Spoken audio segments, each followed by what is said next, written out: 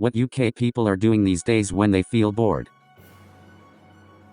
You may be amazed to know, a UK man grows world's most dangerous plant at home just because of boredom.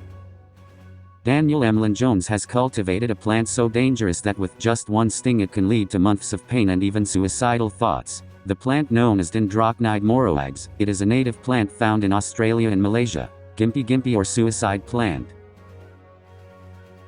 Gympie-Gympie is a relatively harmless looking plant, until you touch it. The plant has a sting that feels like being burnt with hot acid and electrocuted at the same time, and often drives people in agony to kill themselves and is thus also called the suicide plant.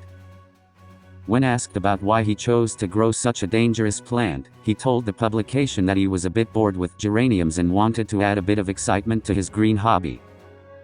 After growing my bananas in the front garden, I thought the Gympie-Gympie plant would keep things interesting. I planted these in the spring, so they've taken a good few months to grow now, Emlyn-Jones told Daily Mail.